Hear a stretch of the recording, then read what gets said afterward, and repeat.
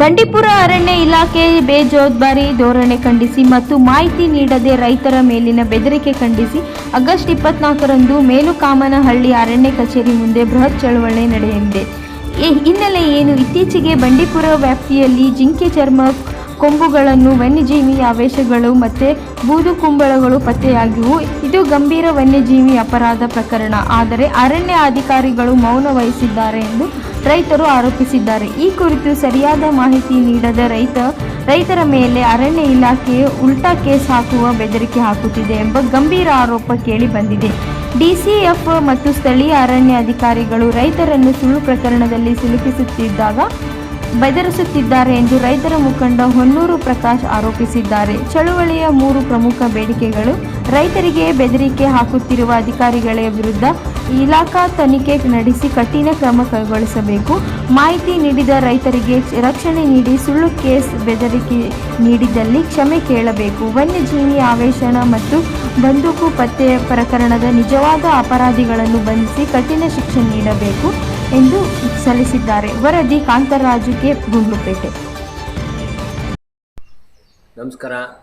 ಏನು ಸಾಮೂಹಿಕ ನಾಯಕತ್ವದ ಕರ್ನಾಟಕ ರಾಜ್ಯ ರೈತ ಸಂಘ ಹಸಿರು ಸೇನೆಯ ಕಾರ್ಯಕರ್ತರು ಮೊನ್ನೆ ಬಂಡೀಪುರ ಸೂಕ್ಷ್ಮ ವಲಯ ಪ್ರದೇಶಕ್ಕೆ ಹೋಗಿ ಅಲ್ಲಿನ ಅವ್ಯವಹಾರಗಳನ್ನು ಬಯಲಿಗೆಟ್ಟಿದ್ದಾರೆ.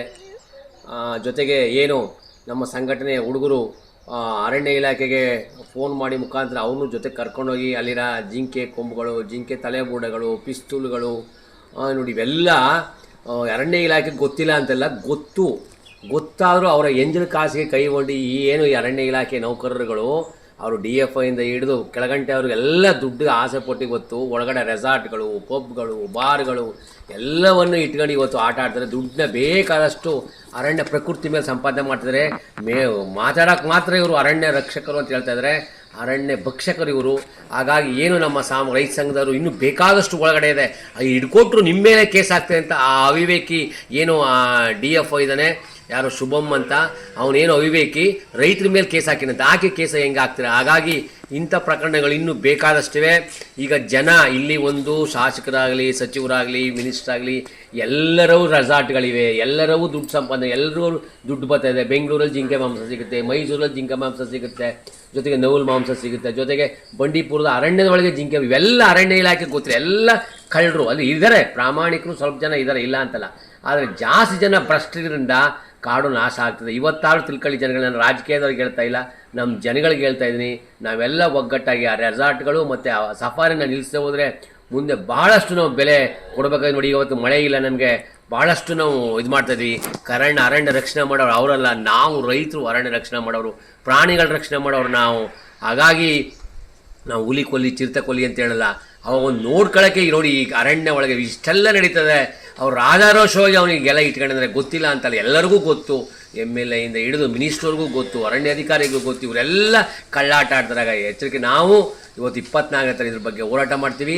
ನಾವು ಎಚ್ಚೆತ್ತುಗಳಿದವ್ರೆ, ನಮ್ಮದು ಕಾಡು, ಅವ್ರದ್ದೆಲ್ಲ ಕಾಡು. ಅವ್ರ ಕೆಲ್ಸಕ್ಕೆ ಬಿಟ್ಟಿದ್ದೀವಿ. ಅವ್ರು ಕೆಲಸ ಮಾಡದೆ ಹೋದಾಗ ನೋಡ್ಕೊಳ್ಳೋದು ನಮ್ಮ ಜವಾಬ್ದಾರಿ.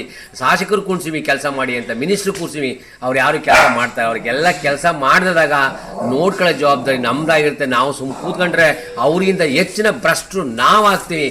ಹೆಚ್ಚಿನ ಭ್ರಷ್ಟರು ನಾವಾಗೋದ್ರಿಂದ ನಾವು ಪ್ರಶ್ನೆ ಮಾಡಿದೆವರೇ ಇವನ್ನೆಲ್ಲ ತಗೊಂಡು ಬಾರ್ಕೋಲ್ಗಳು, ಪೊರ್ಕೆಗಳು ತಗೊಂಡು ಶಿಕ್ಷೆ ಕೊಡಿಸ್ತೇವೆ ಹೋದರೆ ನಾವು ಅಪರಾಧಿಗಳು, ಮಾನ್ಯ ರೈತ ಬಂಧುಗಳೇ.